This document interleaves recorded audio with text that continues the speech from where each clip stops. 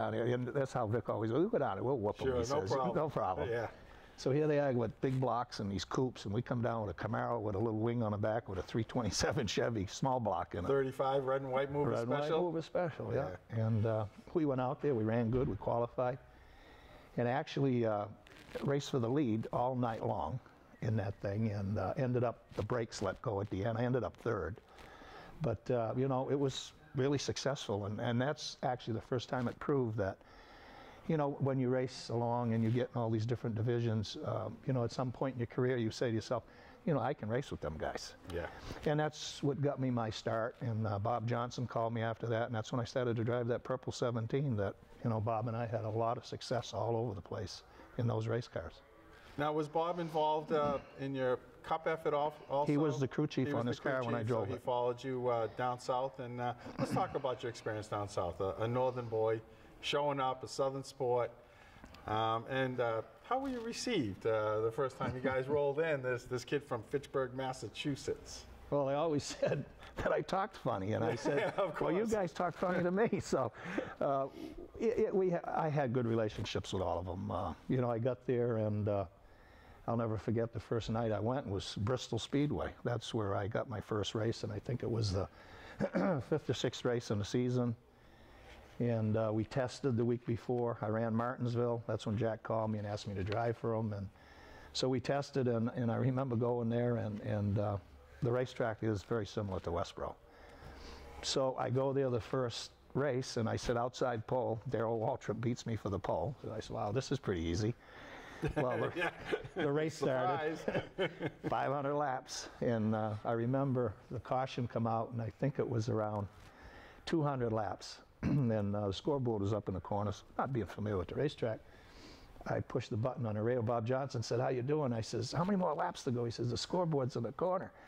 I says, how many more laps to go? He says, 350. He says, tighten up them gloves and keep digging.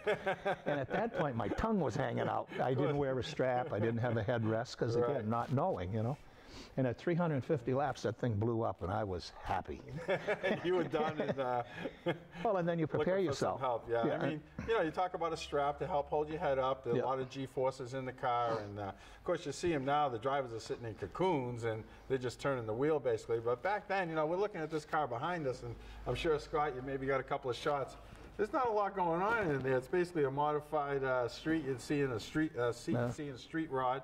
And it's pretty bare in there, and not a lot of help when it comes to creature comfort. Well, you know, that's when you learn. You know, when I came home, I remember, you know, working out, exercising, running 5 miles a day, and doing a lot of things to make sure that you could withstand the heat. And of course, you know, some of the racetracks are really punishing, Dover, Rockingham, so on and so forth. And but you know, again, I was really fortunate. I remember the first night when I was at Bristol.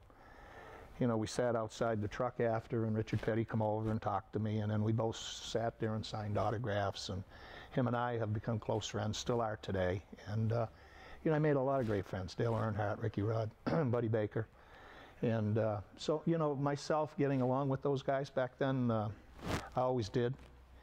We had great relationships. You know, you always have a little scrub here and now and then with somebody, but, you know, I always managed to stay pretty clear of that stuff and stay on the right side of the... Keep your nose clean, keep the Southern boys happy, and race them the right way. You know, looking at your stats here, you ran 21 races in 1981, Rookie of the Year. Yes. For the series that year, and finished 21st in points.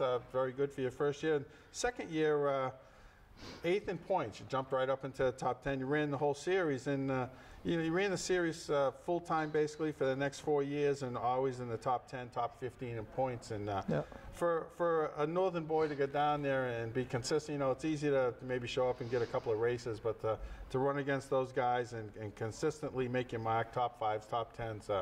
A great feather in your cap back then. Well, I think it's a great feather for the race team. You know, we were certainly one of the underfunded teams that could run up in the front, you know, because of the talents of Bob Johnson. And, you know, Bob used to build the motors and set the chassis, and, you know, he did all of that stuff. And it was amazing that he could do all of it and you know, get there and run these races. And when you looked at how we were funded, there was a lot of times we didn't have sponsors. And, you know, the main 5 to 7 cars, you know, they had pretty lucrative sponsorships. So, you know, we always felt we did a pretty good job with what we had, and you know, really enjoyed racing. You know, the South was the place to be at that point. In '86, you only ran 17 races, and it just, I don't know if it was a money thing or, you know, they're just having trouble with the personnel. But then 5 races into the '87 season, you decided you've had enough. And well, you know, was it a money thing, a personality thing, or just time to become a businessman and move on? Well, I think it was a combination of all of those things. You know, when I started racing in the South, I was 31 years old, almost 32. So I was creeping up on 40, you know, and I always said to myself I'd retire from racing at 45 and be in a business, and car business was always my dream, so I'm a car dealer. But anyway, yes, I ended up with a ride in Mike Kerb's car, and we were unsuccessful. We just didn't have, it was a quick team put together that didn't work out, and then the following year, Haas Ellington hired me for a very limited schedule. And, you know, the team just never gelled. We got to Talladega, qualified 8th, and, you know, had a pretty good race car. But again, you know, I didn't feel like they were caring about winning as much as I did, and we got out in a race, and it was a, you know, it was a big wreck, and we ended up getting wrecked. And anyway, when I come home, you know, he called me, he says, you know, you want to buy this race team? You know, and that was kind of the thing we were in, you know, he was struggling, and I said, no, you know something, I don't want your race team, and on top of it, I don't even want to drive it anymore. And I quit that day, and that's the last time I ever buckled in one competitively.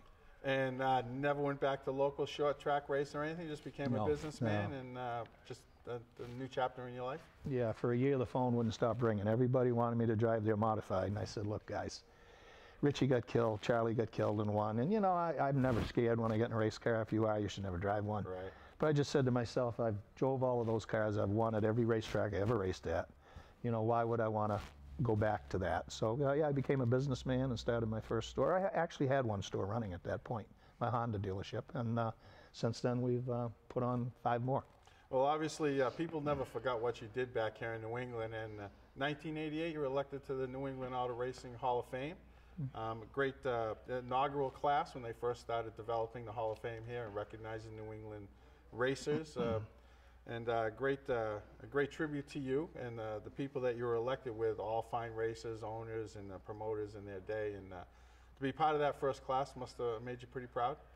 Oh, I really did. You know, it was quite an honor, and again, it was the first group, and as you said, the people that I got put in with were, you know, all of the leaders in New England. So, you know, I was really tickled to be in there. Yeah, and some of your, you beat some of your people that are in there now that you started beating when you were a teenager, and but you know, great tribute to the Hall of Fame that they're developing. I know they're trying to develop a more advanced Hall of Fame, and hopefully we can see something happen with that, with a lot of the memorabilia, and maybe your car will become a centerpiece of that. I'm sure you never want to give that up.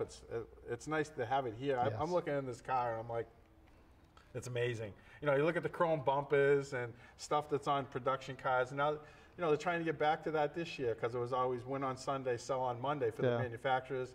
You know, the series got away from that in recent years, and but I think we're going to see some of that coming back, and maybe Nissan join Toyota in the sport someday.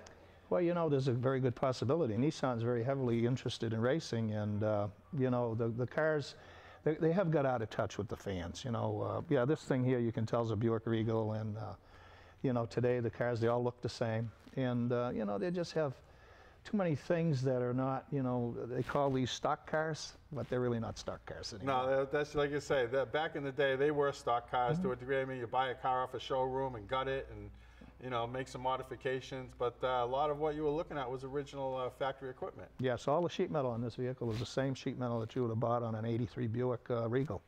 It's interesting. Yeah. Well, Ron, I want to thank you for joining me today. It's been great chatting with you. Unfortunately, I only have a half hour, but I could do 2 hours with you. And, you know, I hope this show has brought to light some of the great history of auto racing in the Fitchburg area and how your legacy has contributed to it. You, your dad, your brother, all very successful. You know, I always enjoyed watching you compete on a weekly basis against the best racers in the Northeast, unless, of course, you were beating my dad's best friend, George Summers.